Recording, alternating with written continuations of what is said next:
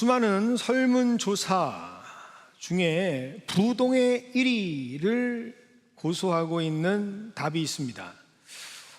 시대와 그리고 세대를 초월해서 우리 인생 가운데 가장 많은 사람들이 떨쳐내지 못하고 힘들어하는 고민 1위, 그게 뭘까요? 그것은 바로 인간관계입니다. 우리가 살아가는 삶의 인간관계에는 정말 어떻게 이런 사람이 있을까 할 정도로 힘든 사람들이 있습니다. 참고 또 참아봐도 정말 내가 감당하기엔 너무나도 힘든 사람들이 우리에게는 있죠. 이런 사람, 어떤 사람일까요? 그런데 너무나 신기하게 우리 주변에 이런 사람 꼭 한 명씩 있습니다. 어떤 사람일까요? 바로 아주 비판적이고 매사에 부정적이고 냉소적인 사람들이 있습니다. 이유 불문이에요. 무조건 반대, 무조건 비판, 무조건 툴툴대는 사람들이 있습니다. 얼마나 대표적인 캐릭터인지 거의 모든 인간관계를 그린 드라마, 소설, 영화 빠지지 않고 이런 캐릭터들이 등장을 하죠. 그런데 이런 사람들을 보면서 현대 심리학에서는 어쩌다가 이 사람들이 이렇게 됐을까라는 것이 연구가 시작되었고, 여러 다양한 이론들이 저마다의 방식으로 그 이유를 설명하고 있습니다. 우리 슬라이드 하나 볼까요? 잘 보이시는지 모르겠어요. 이 현상을, 이 캐릭터들이 왜 그럴까라고 하는 것을 연구하면서 내세운 이론들인데요. 자존감 이론이 있고, 또 사회 비교 이론도 있고, 자기 불일치 이론도 있고, 여러 가지 이론들이요, 그 원인에 대해서 이야기를 합니다. 그런데 서로 다른 이론들이지만 공통적으로 동일하게 지적하는 원인 하나가 있어요. 그 원인이 뭘까요? 그 원인은 그렇게 비판적이고 냉소적이고 부정적인 사람의 캐릭터가 만들어진 그 첫 시작점에는 상실이라고 하는 아픔이 있다는 거죠. 박탈감이라고 하는 경험이 있다는 겁니다.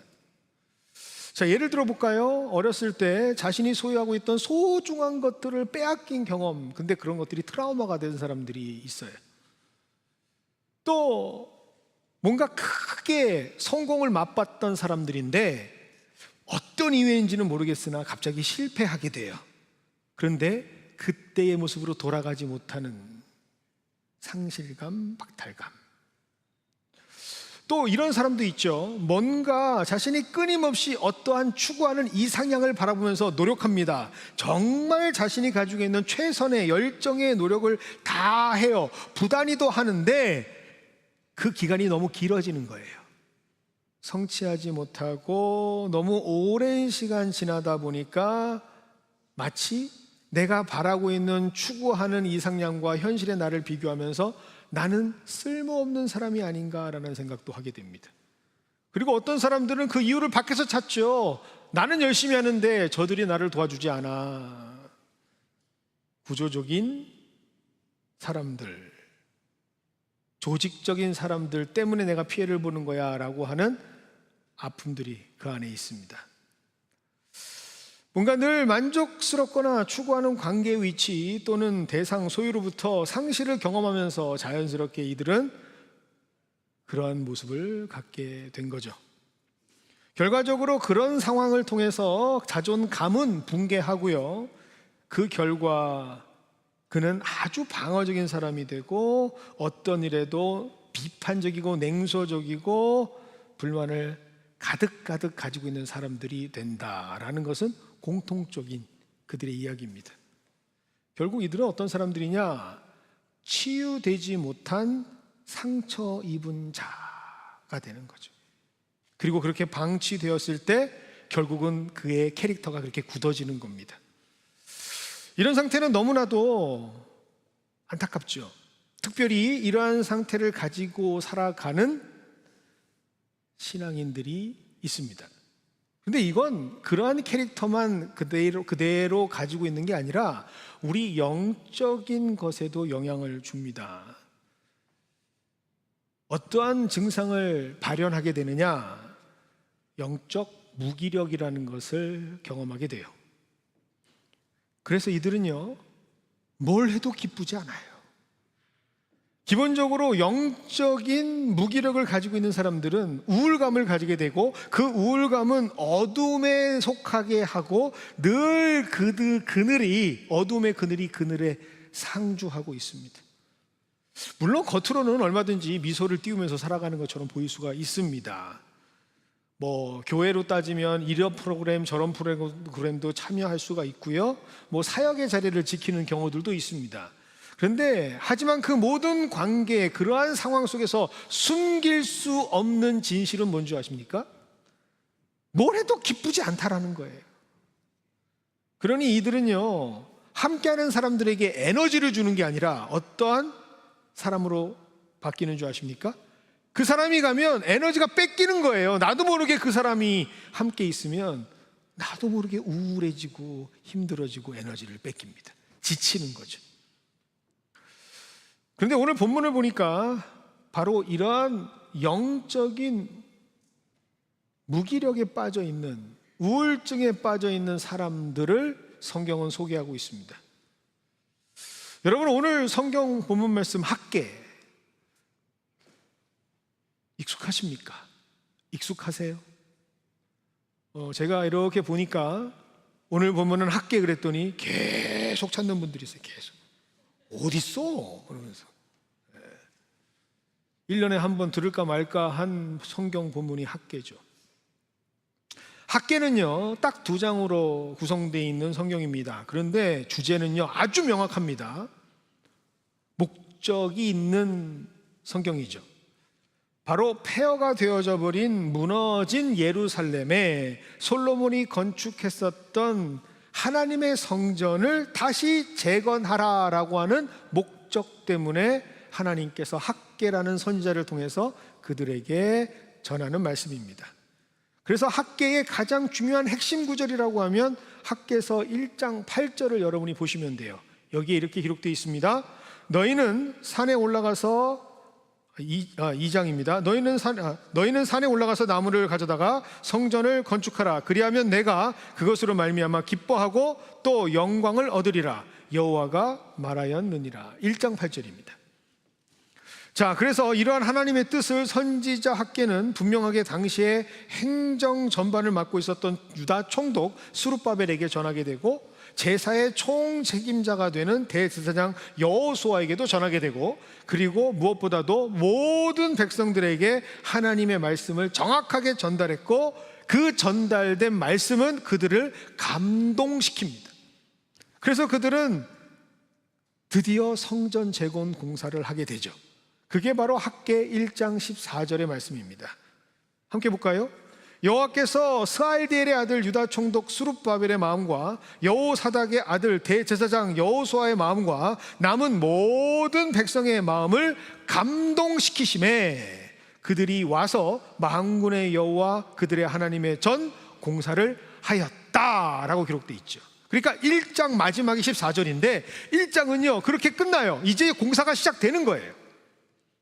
다 하나님께서 주신 감동이 있으니까 최선을 다해서 새로운 성전을 건축하기 시작합니다. 그런데 말입니다, 여기에서 문제가 발생을 해요. 하나님께서 주신 감동으로 시작한 공사니까, 무너졌던 성전을 세우고 있는 상황이니까 그 자체만 보더라도 얼마나 감동적이에요. 그 상황만 보더라도 이스라엘 전체가 회복을 피부로 느낄 수 있을 정도로 참 긍정적이고 건설적이고 창조적인 상황인데, 그 상황에서 한숨을 푹 내뱉는 사람들이 있습니다. 어둠의 기운을 숨기지 않고 그대로 보여주는 사람들이 있습니다. 영적 우울함에 빠져 있는 사람들이 있습니다. 그들을 누굴까? 바로 이전의 솔로몬의 성전, 70년 전에 망하기 전 예루살렘이 바벨론에게 완전히 초토화되기 전에 자랑스럽고 웅장하게 서 있었던 솔로몬의 성전을 직접 보고 기억하고 있는 사람들입니다. 사실 여러분, 지금 새롭게 성전을 재건하고 있는 사람들은 대부분 어떤 사람들일까요? 이스라엘 사람, 유대인이라고 하지만 어디서 태어났던 사람들일까요? 다 바벨론에서 태어난 세컨 제너레이션들이에요. 뉴 제너레이션. 이들은요, 인생에 한 번쯤은 가끔은 그들의 부모 세대에게 성전에 대한 이야기를 들었었겠죠. 웅장했다, 대단했다. 그런데 실제로 그 솔로몬 성전을 본 사람은 아무도 없습니다. 그러면 여러분, 솔로몬 성전을 기억하고 있는 세대는 누굴까요? 적어도 70년을 살아온 사람들입니다. 포로기를 견뎌온 사람들이죠. 그리고 여러분, 우리 선배님들한테 여쭙고 싶긴 해요. 몇 살 때 기억부터 기억하십니까? 여러분, 1살 때 뭐 먹었는지 기억하십니까? 2살 때 집안의 어떤 인테리어 기억하세요? 보통 우리가 기억하고 있는 유년 시절은 5세? 7세? 그렇죠? 그러면 70년이 지났고 적어도 내가 솔로몬 성전에 대한 추억이 있었고 기억이 있었고 가본 사람이라면 그 이상이겠죠. 그렇다면 이 사람들은 다시 고향 땅을 밟게 된, 하나님이 붙잡아 주셔서 장수의 복을 누리는 최소 나이 80이 된 믿음의 선배들이었다는 사실입니다.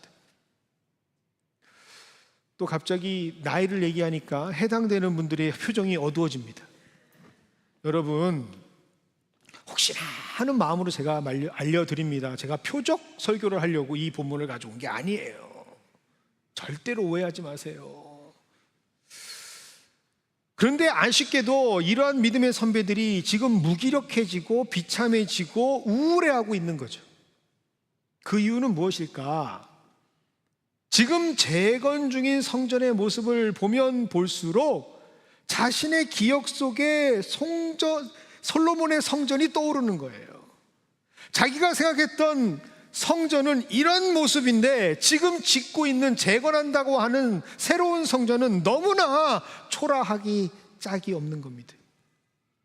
이들은 분명히 알고 있죠, 무너지기 전에 그 성전의 모습을. 그런데 비교도 안 될 정도로 그 당시 솔로몬 성전은 정말 대단한 성전이었다는 것을 그들은 알고 있어요.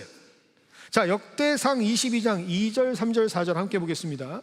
다윗이 명령하여 이스라엘 땅에 거류하는 이방 사람을 모으고 석수를 시켜 하나님의 성전을 건축할 돌을 다듬게 하고, 다윗이 또 문짝목과 거멀못에 쓸 철을 많이 준비하고, 또 무게를 달 수 없을 만큼 심이 많은 놋을 준비하고, 또 백향목을 무수히 준비하였으니 이는 시돈 사람과 두로 사람이 백향목을 다윗에게 많이 순하여 왔습니다. 아주 재료가 대단하지 않습니까? 그런데 여기 더한 말씀이 기록되어 있어요. 22장 같은 장에 14절과 16절입니다. 내가 환난 중에 여호와의 성전을 위하여 금 10만 달란트와 은 100만 달란트와 녹과 철을 그 무게를 다룰 수 없을 만큼 심히 많이 준비하였고, 또 제목과 돌을 준비하였으나 너는 더할 것이며. 그렇게 많이 준비해놨는데 어떻게 하라고요? 더 하래요. 더 준비하래요. Something more. 그리고 16절입니다. 금과 은과 녹과 철이 무수하니 너는 일어나 일하라. 여호와께서 너와 함께 계실지로다.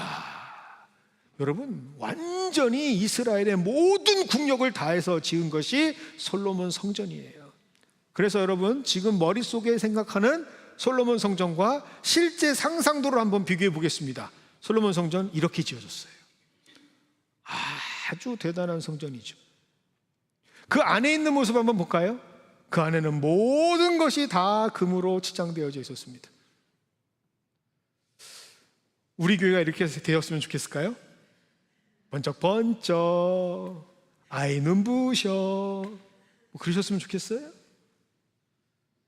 여러분, 이들이 추억하고 있는 성전은요, 이스라엘 최고의 전성기에 지어졌던 다윗 제국을 근간으로 하고 지어졌기 때문에 모든 것이 인류였고 최고였고 남부러울 것이 없는 자긍심의 메카였어요. 그런데 지금 건축되고 있는 성전은 어떤 성전일까? 1장 8절에 아까 뭐라고 기록되어 있었죠? 너희는 산에 올라가서 나무를 가져다가 성전을 건축하라. 여러분, 아까 역대상에서 봤을 때 나무가 어떻게 왔다 그랬죠? 두로와 시돈에서요, 물로 나무를 쭉쭉쭉쭉 보냅니다. 수로를 파서 나무를 물 위에 띄워가지고요, 직통으로 척척척척척 배송 서비스를 했어요. 여러분, 레바논 국기를 보시면 레바논 국기에 딱 그려져 있는 게 뭐죠? 백향목입니다. 그 나라가 가장 좋아하는 것처럼 가장 자랑스러워하는 게 나무예요. 그런데 지금 새롭게 짓는 나무는 어떤 나무라고요? 그냥 산에 가서 나무를 해오래요. 여러분, 이 느낌이 어떤 느낌인지 아시겠죠? 예를 하나 들어드릴까요? 어쩔 수 없이 남편 비즈니스가 어려워져서 집을 줄였습니다. 근데 예전에는 잘 살았어요. 서로 부딪힐 일이 없었어요. 집에 다닐 때 부부가 부딪힐 일이 어디 있어요? 집이 큰데. 그런데 이사 온 집이 세간살이로 가득가득하죠. 좁아 터졌으니까. 부인하고 서로 마주쳐서 지나가려면 옆으로 지나가야 돼요. 여러분, 그런 곳에 가시면 여러분 어떤 생각이 제일 많이 날까요? 이전 집 생각이 제일 많이 나겠죠. 우리 집이 그랬었는데. 지금 딱 그 모양입니다. 바벨론에서 해방된 지금 우리도 먹고 살기 힘든 이 상태에서 성전을 짓는데 과거의 그 솔로몬 성전처럼 지을 수 있을까?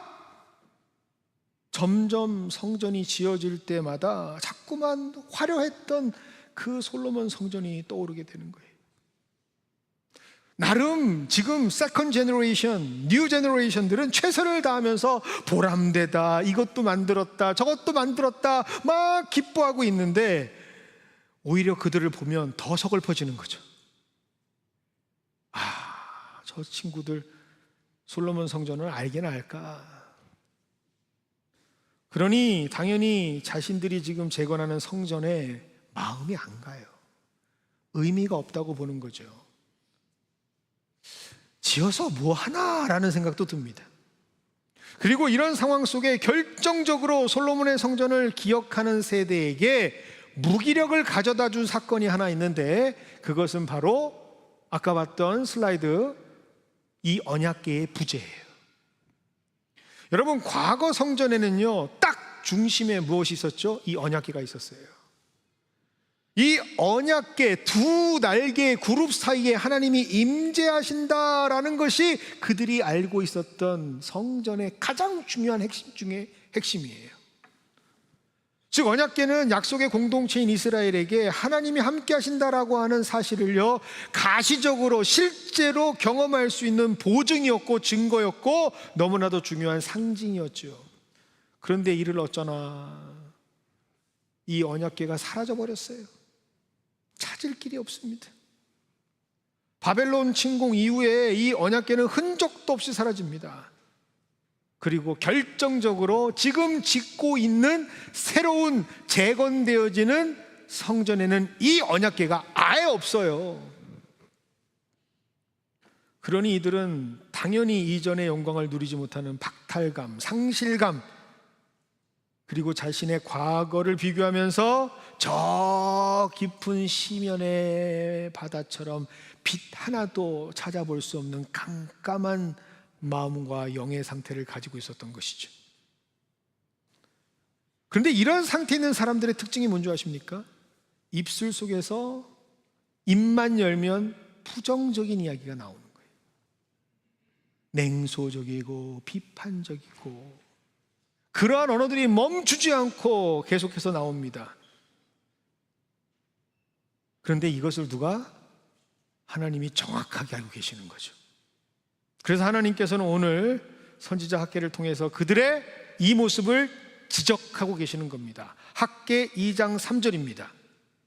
너희 가운데에 남아있는 자 중에서 이 성전의 이전 영광을 본 자가 누구냐? 이제 이것이 너희에게 어떻게 보이느냐? 그래? 너희들이 그 성전을 봤지? 알고 있지? 그래서 그 기준으로 지금 세워지는 성전을 보니까 어때? 너희들 눈에 보잘것없지? 그렇게 하나님께서 말씀하시는 거죠. 그런데 문제는 왜 하나님께서 이렇게 말씀하시는가? 그러한 사람들이 자기 문제로 끝나버리면 다행인데 이러한 사람들, 특별히 영적인 무기력을 가지고 있는 사람들은요, 마치 늪처럼 다른 정상적인 사람들도 이 부정적인 영향권으로 끌어들인다라는 사실입니다. 영적 무기력과 우울감을 가지고 있는 사람들은 그 강한 전염성으로 인해서 공동체를 병들게 하고 결국은 하나님의 뜻을 가리우는 사람들이 됩니다. 특별히 그들의 부정적인 사고와 냉소적인 언어들은요, 듣기만 해도 건강한 사람의 영을 파괴합니다. 그래서 건강한 영의 사람을 질병의 사람으로 바꿔놔요. 여러분, 닭병 중에 치킨 아시죠? 닭치킨, 이 정도는 아시죠? 닭병 중에 가장 무서운 병이 뭔지 아십니까? 조류독감. 예, 조류독감 얘기 많이 들어보셨죠? 그것도 무서워요. 근데 가장 무서운 병은요, 뉴캐슬병이라는 병이에요. 자, 사진 하나 보여주실까요? 뉴캐슬병에 딱 걸리면요, 닭이 어때요? 그냥 졸아요. 쪼벅쪼벅 졸아요. 그런데 이 조는 닭 옆에 있는 닭은요, 다음 사진, 또박또박 또 졸아요. 그러면서 죽는 거예요. 치사율 100%입니다. 제가 고등학교 때 이 뉴캐슬이라는 병을 알고 있었어요. 왜냐? 우리 담임 목사님이, 죄송해요, 담임 목사님이 저희 담임 선생님이 조는 친구를 보면 뉴캐슬! 그래가지고 불러일으키셔가지고 얼굴을 따다다다닥 때려주셨어요. 그러니까 애들이 깜짝 놀라는 거죠. 저희도 한번 해볼까요? 뉴캐슬! 그러면 다 존다고 딱 와가지고 그냥, 그래서 제가 뉴캐슬 이 병을 잘 알아요. 똑같아요. 멀쩡한 사람도요, 영적인 무기력에 빠진 사람, 우울감이 있는 사람을 만나면요, 결국은 병들게 됩니다. 또 다른 영적인 무기력을 가지고 있는 사람들의 특징이 있는데 그 특징은 무엇이냐? 하나님이 일하신다는 사실을 몰라요. 하나님의 약속과 복음이 어떤 의미인지를 모르니까 하나님을 신뢰하지도 않아요. 그런데 그걸 잘 감춰요. 사실 겉모습으로만 보면 이런 사람들 구별해내는 게 쉽지가 않습니다. 그래서 교회에서 좋은 사람이냐 병든 사람이냐 아는 거 어려워요. 영적으로 여러분이 분명한 눈이 있으셔야 돼요. 보기에는요, 얼마든지 협력하는 사람처럼 볼 수 있습니다. 순종하는 사람처럼 보일 수도 있습니다. 하나님의 일에 기꺼이 동참하는 사람처럼 보일 수도 있어요. 여러분, 왜 이런 이야기를 제가 자신 있게 하는 줄 아십니까? 오늘 본문 말씀에 등장했던 그 믿음의 선배라고 불리워지는 사람들도요, 물리적으로는 성전을 재건하는 그 현장에 버젓이 함께 했다라는 사실 때문에 그렇습니다. 그들은 함께 했어요. 그런데 그들의 내면 속에는, 그들의 속사람은 하나님을 신뢰하지 않았던 거죠. 철저히 이성적이고 계산적이고 인간의 논리 사고적일 뿐 하나님은 불신합니다. 그러니 이들의 마음속에 있었던 모습이 그대로 드러나는 게 뭐죠? 성전을 지으려면 풍성한 자원이 있어야 되는데, 풍성한 리소스가 있어야 최고의 성전을 지을 수 있잖아 라고 생각했다라는 거죠. 거기에 하나님의 일하심이 어디 있어요? 그런데 여러분, 반드시 기억해야 기억해야 될 것이 있습니다. 기억해야 될 것. 그들은 하나님을 모르니까, 하나님이 어떤 분인지 모르니까 하나님이 자원으로 일하시는 분이 아니라는 사실도 몰랐던 거예요. 한번 따라해 볼까요? 하나님은 리소스로 일하지 아니하신다. 네, 하나님은 리소스가 필요가 없어요. 하나님이 역사하실 때는 어떤 재료도 어떤 자원도 필요하지가 않아요. 하나님께서 천지를 창조하실 때 무엇을 가지고 하셨습니까? 아무것도 없는 nothing에서 something을 만드신 하나님의 그 창조의 역사에 재료가 있었습니까? 아무것도 없었어요. 있었다면 단 하나, 하나님의 말씀으로 모든 것을 다 창조하셨죠. 이렇게 하나님을 모르는 존재들이니까 어떤 사람들이 되는 줄 아십니까? 늘 배우기는 해요. 늘 하나님 말씀을 듣는 것처럼 그렇게 살아가요. 연구도 하고 또 미간에도 새기고 주야로 묵상한다고 하지만 진짜 하나님의 뜻은 알지 못해요. 대표적인 사람들이 바로 바리새인들이죠. 이렇게 영적인 무기력에 빠진 사람들은 하나님을 모릅니다. 그러니 뭐라고 주장했죠? 언약궤가 있어야만 하나님이 임재하신다라고 생각했어요. 착각 중에 착각이죠. 그런데 여러분, 분명히 말씀드립니다. 언약궤가 하나님의 임재를 제한할 수가 없습니다. 단지 언약궤는 하나님께서 임재하신다라고 하는 상징적 의미일 뿐이지 언약궤 그곳에만 하나님이 계시는 것이 아니라란 말이에요. 하나님은 어디든지 주를 찾는 자, 신령과 진정으로 예배하는 자와 함께 하시겠다고 하나님께서 스스로 말씀하지 않으셨습니까? 그런데 그들은 하나님을 모르니까 언약궤가 없으니 저 성전은 하나님이 계시지 않아 라고 생각했던 거죠. 여러분, 구약 성경에 보면 엘리의 두 아들 홈니와 비누아스가 등장을 합니다. 그런데 그 홈니와 비누아스는요, 그들과 비슷한 생각을 했던 거죠. 언약궤가 능력이 있다고 생각을 합니다. 그러니까 전쟁을 할 때 그 언약궤를 앞으로 딱 전진시켜서 출정을 하면 우리가 승리할 수 있다라고 생각을 해서 언약궤를 신성화해서 들고 나가 싸웁니다. 그런데 결과적으로 어떻게 됐죠? 언약궤도 뺏기고 홈니와 비누아스도 죽임을 당합니다. 이러한 모습들이 계속해서 반복적으로 증가가 되면 어떠한 마지막 단계로 이르게 되느냐? 영적 건망증에 빠지게 됩니다. 영적 건망증. 이거를 다르게 한번 얘기해 볼까요? 망각의 저주에 빠지게 됩니다. 사실 이러한 사람들에게는 아무리 하나님의 끊임없는 기적이 일어난다 하더라도요, 순간에 일어난 해프닝일 뿐이지 하나님께서 하셨다라는 것을 다 망각해버려요. 영적 건망증이 있는 사람들에게는 하나님의 놀라우신 역사도 마음에 새겨지지 않고 기억되지도 않아요. 여러분, 이런 말씀을 들으면서 지금 깜짝 놀라시는 분들도 계실 거예요. 아니, 어떻게 이런 사람들이 존재할 수 있지? 아니, 어떻게 이런 답답한 사람들이 있을까? 그런데 그런 사람들이 있어요. 그리고 그 결정적인 원인은 뭔지 아십니까? 바로 죄 때문입니다. 여러분, 우리의 영이 죄로 가득할 때 우리는 절대로 은혜를 기억해내지 못해요. 심지어 은혜가 지금 눈앞에 허락되고 있는데도 그 풍성한 은혜 가운데 있음에도 불구하고 이 망각의 저주를 가지고 있는 사람들은, 죄인들은 은혜가 은혜인지를 몰라요. 사실 지금 성전을 재건하는 이들 모두는 어떤 사람들입니까? 약속의 땅으로 돌아온 사람들이에요. 바벨론에서 살아나서 하나님께서 그 고향으로 돌아오게 하는, 복구하고 있는, 복귀되어지는 삶을 살아가는, 자기의 나라를 지금 재건하고 있는 영광 중에 있는 사람들입니다. 사실 그들은요, 격변하고 있는 지각 변동 가운데에 그들 스스로 아무것도 한 것이 없어요. 국제 정세, 해방에 그 어떤 영향을 준 적도 없는 사람들이에요. 그저 하나님께서 모든 것을 다 행하셨고 그 혜택과 은혜만을 누리고 있는 사람들입니다. 하나님께서 일하셔서 혼탁한 국제 정세를 재편하시고 역사하실 때 그들은요, 아무것도 안 했어요. 어제까지만 해도 그들은 해방을 꿈꾸지도 않았던 사람들이에요. 다시 예루살렘에 돌아올 수 있을까 생각도 안 하던 사람들이에요. 그런데 그들이 지금 예루살렘에 있고 그 예루살렘에서 성전을 짓고 있잖아요. 이 모든 것이 다 하나님의 은혜입니다. 그런데 그들은 그 은혜를 은혜로 바라보지 못하고 있다는 거죠.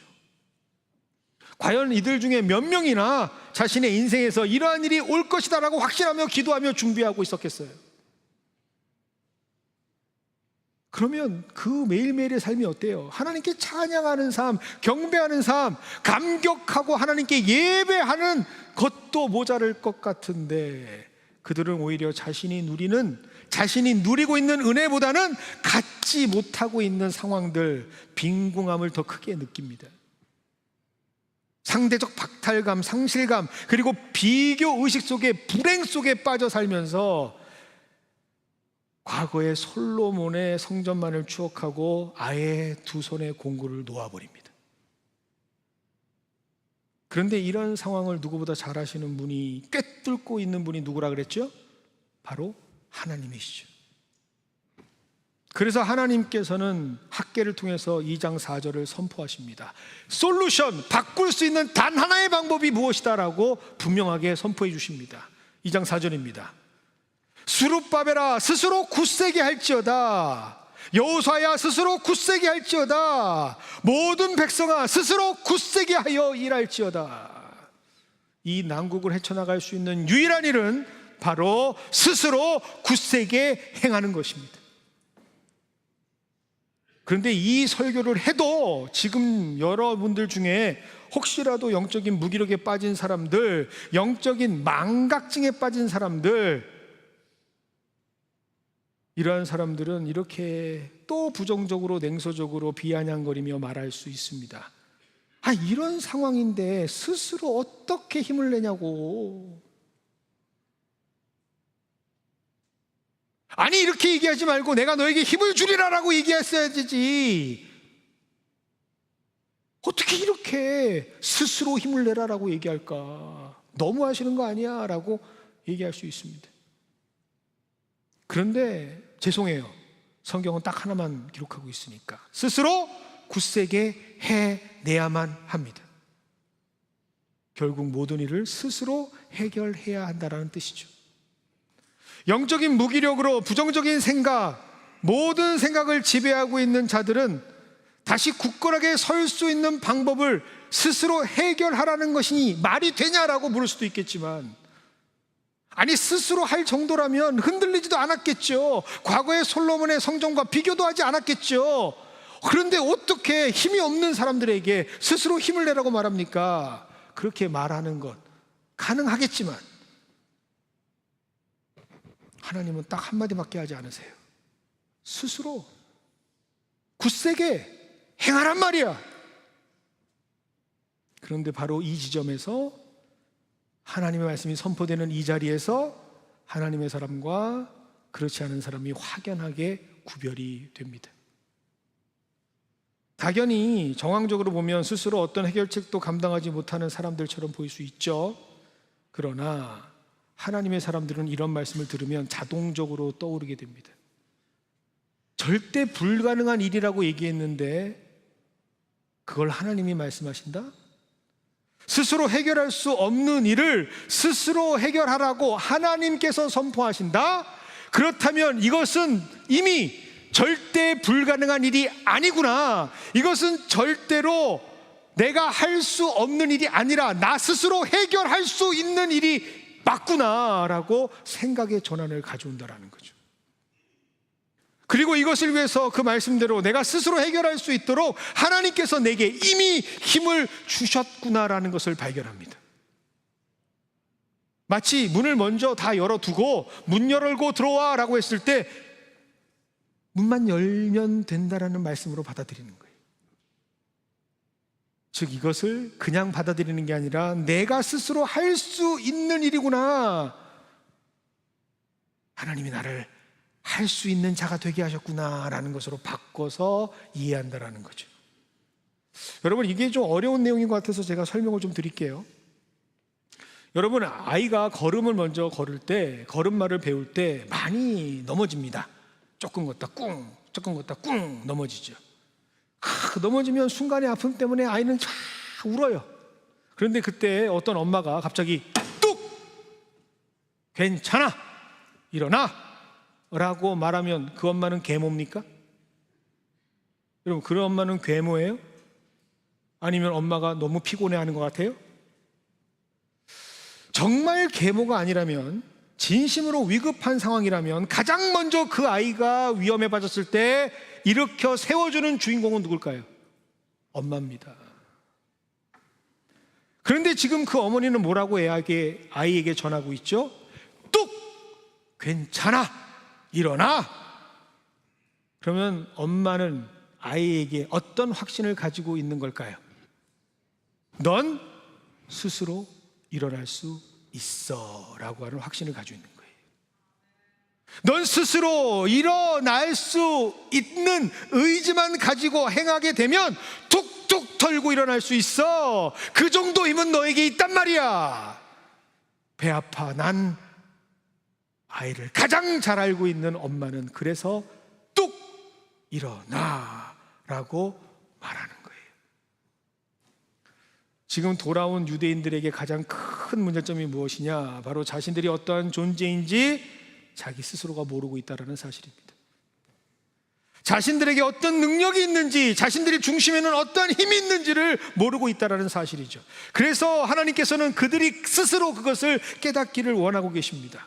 그런데 여러분, 여기서 꼭 기억하세요. 하나님은 절대로 단순하게 말씀만 하시는 분이 아니에요. 립서비스만 하시는 분이에요. 아니에요. 하나님이 말씀하셨다면 그 말씀은 반드시 이루어질 수밖에 없도록 만드시는 분이 바로 우리 하나님이심을 믿기를 원합니다. 사실 성전이 어떤 모습으로 지어져야 하는가, 하나님 입장에서는 1도 관심이 없어요. 예전에 솔로몬 성전의 모습처럼 동일하게 지어져야 한다라고 하나님이 말씀하신 내용은요, 성경 어디에도 눈 씻고 찾아봐도 없어요. 그저 하나님은 이렇게 말씀하고 계시죠. 1장 다시 8절입니다. 성전을 건축하라. 그러하면 내가 그것으로 말미암아 기뻐하고 또 영광을 얻으리라. 너희가 성전을 건축하기만 하면 어떤 모양이든지 상관없어. 건축하기만 하면, 너희들이 순종하기만 하면 내가 그 순종으로 기뻐하게 될 거고, 내가 하나님이라는 사실을 너희들로부터 인정받게 되니까 난 평생을 그냥 너희들과 함께 할 거야. 그게 내 기쁨이야. 그게 내가 너에게 말하고 있는 모습이야. 그리고 내가 너희들에게 이렇게 선포한 이상, 그 약속이 유효한 이상 나는 절대 취소하지 않을 거야. 그러니 그 말씀을 네가 붙잡고 일어나. 스스로 행할 수 있는 동력의 말씀이 너에게 있으니까 그 말씀을 붙잡고 일어나라 말이야 라고 하나님께서 말씀하시는 것이죠. 여러분, 그것을 하나님께서 한 번 더 확인해 주시는데 그게 학개 2장 5절이에요. 너희가 애굽에서 나올 때에 내가 너희와 언약한 말과 나의 영이 계속하여 너희 가운데 머물러 있나니. 출애굽 이후부터 내가 너에게 두 가지를 주었어. 그것이 바로 말씀이고 나의 영이야. 그런데 그 말씀과 그 영을 내가 취소한 적이 없다니까. 지금까지 너희 가운데 계속해서 머물고 있는 그것이 너희들한테 있잖아. 여전히 너희는 힘이 있는데, 여전히 너희는 일어날 수 있는데, 여전히 너희는 능력의 사람들인데 내가 또 어떤 능력을 보여줘야 한다라는 거야. 그냥 일어나. 할 수 있다면, 해야만 한다면 스스로 굳건히 행하란 말이야. 그 말씀을 선포하고 있는 겁니다. 그래야만 학개 2장 6절과 7절의 상황을 볼 수 있다라는 말입니다. 조금 있으면 내가 하늘과 땅과 바다와 육지를 진동시킬 것이요 또한 모든 나라를 진동시킬 것이며 모든 나라의 보배가 이르리니 이 성전의 영광이 충만하게 하리라. 내가 그렇게 할 건데 지금 네가 그 상황 속에 머물러 있다면 볼 수도 없고 들을 수도 없고 알 수도 없는데, 그러니 일어나라 말이야. 그것을 확인하라 말이야. 여러분, 미국에서 가장 불쌍하게 사는 사람들이라고 하는 설문조사가 있더라고요. 그런 설문조사가 있는지도 모르셨죠? 미국에서 가장 불쌍하게 사는 사람들, 그 카테고리가 너무 큰데 거기에서 제가 한 카테고리만 여러분들에게 소개를 하면, 미국 하이스쿨 라이프, 그러니까 미국 고교 생활 중 가장 우울하게 사는 집단들, 어떤 집단인 줄 아십니까? 아시안 보이스, 아시안 보이스, 아시안인데 남자아이들이 미국 고등학교 생활에 가장 우울하게 살아가는, 비참하게 살아가는 아이들이랍니다. 동의하십니까? 여러분, 아시안 걸들은요 괜찮아요. Home. What's that? 당당하게 살아가요. 여자들이 미국에서 아시안으로 살아가는 건요, 어우, 이권이 있고 능력이 있고 힘이 있는 사람들이에요. 그런데 이 미국 땅에서 아시안인데 남자로 살아간다라는 거, 날개가 접혀져 있는 상태로 살아가는 것과 같습니다. 미안하지만 애들이 쭈글쭈글해요. 저희 집에도 그 쭈구리가 하나 있습니다. 그런데 이러한 자료를 봐서 그런지 모르겠지만 제가 그 친구를 이렇게 보니까 진짜 어깨가 반쯤 접혀 있어요. 맨날 쭈글쭈글하게 다니는 거예요. 어딘가 모르게 자신감은 사라지고 표현은 못하겠는데 늘 우울한 것 같아요. 근데 아버지로서 그에게 해줄 수 있는 게 아무것도 없어요. 아무리 아들을 사랑한다고 하지만 대신 아들의 문제까지 제가 다 해결해 줄 수는 없잖아요. 그래서 하루는 사랑하는 아들을 차에 태우고 아버지와 아들만의 시간을 가졌습니다. 어떻게 하면 이 친구에게 힘이 되어줄 수 있을까 고민하다가 제 속 마음을 털어놨습니다. 아들의 눈을 똑바로 보면서 제가 이렇게 얘기했습니다. 아들아, 너는 내가 아는 이 세상 최고의 사람이야. 너 보기보다 괜찮은 놈이다. 너 정말 자랑스러운 내 아들이다. 그런데 이 녀석이 그 말을 듣자마자 두 눈에서 눈물을 쫙 흘리는 거예요. 그 말이 좀 힘이 되었나 봅니다. 아이가 달라지기 시작합니다. 힘을 내고 뭔가 적극적으로 바뀌기 시작합니다. 사실 제가 저희 집 우리 아들 방 앞에 걸려있는 글귀를 사진 찍어서 보여드리고 싶었어요. 근데 빨리 나오느라고 못 찍었어요. 그 문 앞에는 이렇게 기록되어 있습니다. 나는 자랑스러운 아버지의 아들이다. 여러분, 우리는 하나님의 자녀들입니다. 그리고 하나님께서는 이미 그 자녀된 우리들에게 하나님의 말씀을 공급해 주셨고 하나님의 영을 부어주셨습니다. 그러니 모든 문제를 해결할 수 있는 마스터키를 우리에게 주신 거죠. 그런데 막상 우리는 삶의 절망이 찾아오고 우리 눈에 의심이 가득 차고 우리 감정을 주체하지 못할 때 비판적인 생각을 하게 되고 소모적인 생각을 하게 되고 부정적인 생각에 감싸 안게 되고 마스터키가 있다라는 사실을 잊어버리게 돼요. 우리가 얼마나 소중한 존재인지를 망각하게 되고 초능력을 가지고 있는 사람은 초능력을 잃어버리게 됩니다. 어리석은 죄를 범하게 되죠. 하나님은 그 모습이 너무나 안타까우셨던 겁니다. 그러니 다시는 그러지 마라. 그러면 안 돼.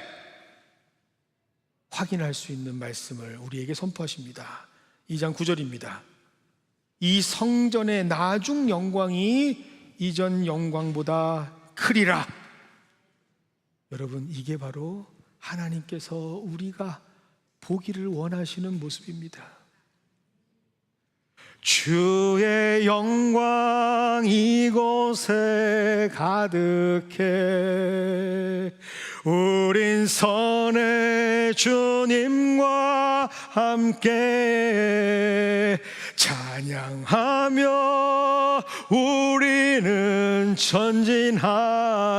전진하리 모든 열방 주 볼 때까지. 여러분, 우리는 매 주일마다 이 찬양을 하면서 하나님께 예배로 나아가지 않습니까? 그게 하나님이 원하시는 모습이에요. 이전보다 더 큰 영광을 보게 하리라. 여러분, 오늘보다 더 큰 영광의 내일이 기다리고 있습니다. 오늘보다 더 놀라운 영광의 내일, 그 다음의 날이 우리 인생이란 말입니다. 그러니까 여러분 안에 있는 여러분 하나님께서 주신 그 말씀과 여호와의 영을 붙잡고 스스로 굳세게 일어나시길 바랍니다. 그럴 때 우리는 세상이 감당하지 못하는 정말로 위대하고 놀라운 하나님의 자녀들의 모습을 회복하게 될 줄 믿습니다. 이 마음 가지고 다 함께 일어나셔서 하나님 앞에 찬양 올려드리겠습니다.